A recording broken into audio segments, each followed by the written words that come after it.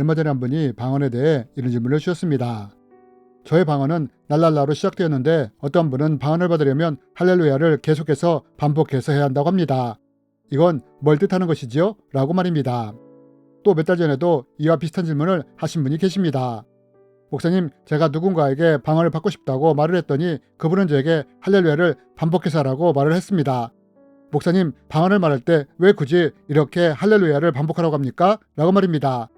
이번 시간에는 이와 연관하여 우리가 방언을 받을 때 어떻게 해야 하는지에 대해 함께 나누기 원합니다. 저는 오래전에 성령의 임재 체험을 하면서 방언을 받은 적이 있습니다. 친구와 함께 한 교회에 방문을 하여 철야 예배를 드리는데 갑자기 몸이 뜨거워지는 것이 느껴졌습니다. 그러면서 제 눈앞에 영화 스크린 같은 것이 펼쳐지더니 제가 살아오면서 지었던 죄들이 보였습니다. 당시 고등학생이었는데 고등학생이 죄를 지었으면 얼마나 큰 죄를 지었겠습니까? 그런데 아주 사소한 죄까지도 보이는 것이었습니다. 다른 영상에서도 말씀을 드린 적이 있지만 5살 때쯤 옆집에서 빈병 2개를 훔쳐 엿바꿔 먹은 것까지 보였습니다. 저는 이것을 보면서 저의 죄에 대해 회개하기 시작했습니다. 그리고 이때 저에게 어떤 일이 일어났느냐, 갑자기 혀가 꼬이는 느낌이 들면서 이상한 말이 나오기 시작하는 것이었습니다. 랄랄랄라 랄랄랄라 하며 방언이 나오기 시작한 것입니다. 여러분, 과연 우리는 어떤 과정을 거쳐 방언을 받게 될까요? 먼저 우리가 알아야 할 방언에 대한 중요한 원리 중에 하나는 방언은 성령님이 임하실 때 주어진다는 것입니다. 여러분, 우리는 이것을 성경을 통해 볼 수 있지 않습니까? 오순절 마가다락방에서 120만도가 모여 기도를 할 때 어떤 일이 일어났습니까? 성령의 임재하심과 함께 이들이 방언을 하기 시작했다고 말하지 않습니까? 그들은 모두 성령으로 충만하게 되어서 성령이 시키시는 대로 각각 방언으로 말하기를 시작하였다. 또 사도 바울이 사람들에게 기도를 했을 때 성령님이 임하시면서 어떤 일이 일어났다고 합니까? 성령님이 임하시면서 방언을 하기 시작했다는 것입니다. 베드로와 함께 온 할례 받은 신자들이 이방인들에게도 성령 부으심으로 말미암아 놀라니 이는 방언을 말하며 하나님 높임을 들음이러라. 여러분, 우리가 이 말씀들을 통해 알 수 있는 방언의 특징이 무엇입니까? 그것은 방언은 성령님이 임하신 사람에게만 나타나는 현상이라는 것을 알 수 있습니다. 그러나 이렇게 말하면 어떤 분들은 이런 생각을 하실 수도 있습니다. 만약 방언이 성령님이 임한 사람들에게만 나타나는 현상이라면 방언을 못하는 나는 성령님이 임하시지 않은 걸까? 라고 말입니다. 여러분, 이에 대해 어떻게 생각하십니까? 이제부터 우리가 어떤 경우에 방언을 받지 못하는지, 또 어떤 경우에 어떤 과정을 거쳐 방언을 받게 되는지에 대해 말씀을 드리기 원합니다. 제가 처음 신앙생활을 했던 교회는 방언도 은사도 인정하지 않던 교회였습니다. 은사나 방언은 휴대계 시대의 끝이 났고 지금은 이러한 것들이 나타나지 않는다고 가르쳤습니다. 그런데 이런 교회에 다녔던 제가 어떻게 방언을 체험하게 되었느냐? 저는 친구와 함께 어떤 교회의 철야 예배에 참석하게 되었습니다. 당시 철야 예배는 밤 11시에 시작하여 5시까지 드려졌습니다. 친구와 함께 처음 철야 예배에 참석했을 때는 거부감이 들었습니다. 왜냐하면 사람들이 기도를 하는데 너무 시끄럽게 기도를 했기 때문입니다. 나중에 이것이 통성기도라는 것을 알았지만 당시 제가 다녔던 교회는 소리를 내서 기도하는 교회가 아니었기에 이렇게 시끄럽게 기도하는 것을 보며 교회가 무슨 시장통인가? 라며 거부감이 든 것입니다. 또 하나님이 귀가 머셨나? 속으로 기도해도 하나님이 다 들으시는데 굳이 이렇게 시끄럽게 기도할 필요가 있나? 라는 생각도 들었습니다. 그런데 기도하는 사람들을 구경을 하다가 이상한 말로 기도하는 사람들을 보게 되었습니다. 한국말도 영어도 아닌 이상한 말로 기도를 하는 것이었습니다. 이상한 말로 열정적으로 기도를 하는 것이었습니다. 그리고 이후에 몇 주 더 철야 예배에 참석하게 되었는데 이때 이상한 말로 기도하는 사람들을 보며 문득 이런 생각을 하게 되었습니다. 나도 저 사람들처럼 저런 언어로 열정적으로 기도해보고 싶다 라는 사모함이 든 것입니다. 그리고 이것을 하나님께 기도로 올려드렸습니다. 그리고 얼마 지나지 않아 제가 어떤 경험을 하게 되었느냐? 성령님의 강력한 임재하심을 경험하게 되었습니다. 그리고 이때 혀가 꼬부라지면서 이상한 말이 나오기 시작했습니다.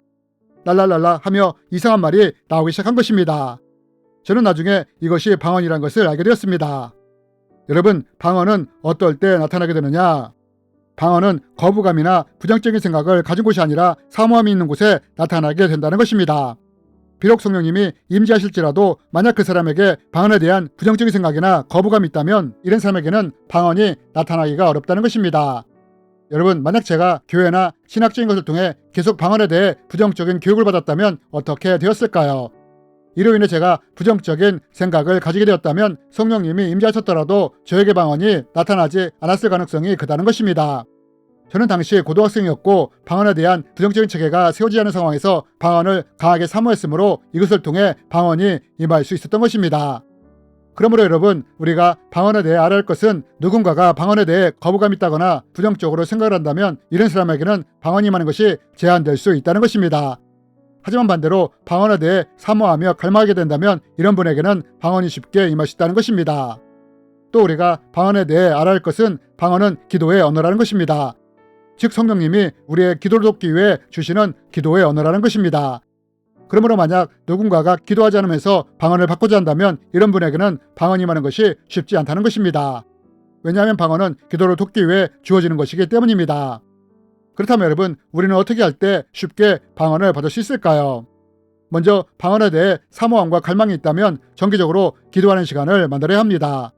그리고 방언에 대해 사모함을 가지고 기도를 하는 것입니다. 그럼 왜 어떤 분들은 이렇게 기도할 때 할렐루야를 반복해서 기도하라고 하느냐? 여러분, 방언은 내가 하는 것이 아니라 내 영이 방언으로 하나님께 기도를 하는 것입니다. 그런데 만약 내가 집중해서 모국어인 한국어로 기도를 하게 된다면 어떻게 될까요? 그러면 기도의 우선권이 한국어에 있게 된다는 것입니다.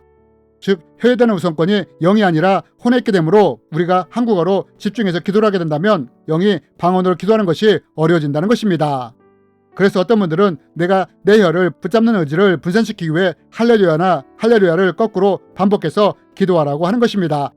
이렇게 할 때 내가 내 혀에 집중하는 것이 약해지므로 방언이 쉽게 임할 가능성이 커지기 때문입니다. 이런 이유로 어떤 분들은 방언을 받고자 한다면 할렐루야를 반복해서 말하라고 하는 것입니다. 하지만 저는 이러한 방법은 그리 추천하지 않습니다. 왜냐하면 이렇게 하면 방언은 쉽게 받을 수 있을지 모르지만 이로 인해 방언을 인위적으로 받게 하는 것처럼 느껴질 수 있고 또 방언의 귀중함이나 소중함을 잘 느끼지 못할 수 있기 때문입니다. 그래서 저 같은 경우는 시간이 걸리더라도 마음에 방언에 대한 강한 사모함을 품고 성령님께 방언을 달라고 부르짖어 기도하라고 합니다. 보통 이렇게 20분 정도 기도를 하면 대부분의 사람들에게 방언이 임하는 것을 볼 수 있습니다. 그리고 이렇게 강한 사모함을 가지고 기도할 때 방언을 받게 되므로 방언을 소중히 여기게 됩니다. 여러분, 방언은 성령님이 우리의 기도를 돕기 위해 주시는 기도의 선물입니다. 또한 방언은 우리의 영적인 성장을 돕기 위해 주시는 선물이기도 합니다. 하지만 우리 안에 방언에 대한 거부감이나 부정적인 생각이 있다면 방언의 임재하심이 제한될 수 있다는 것입니다.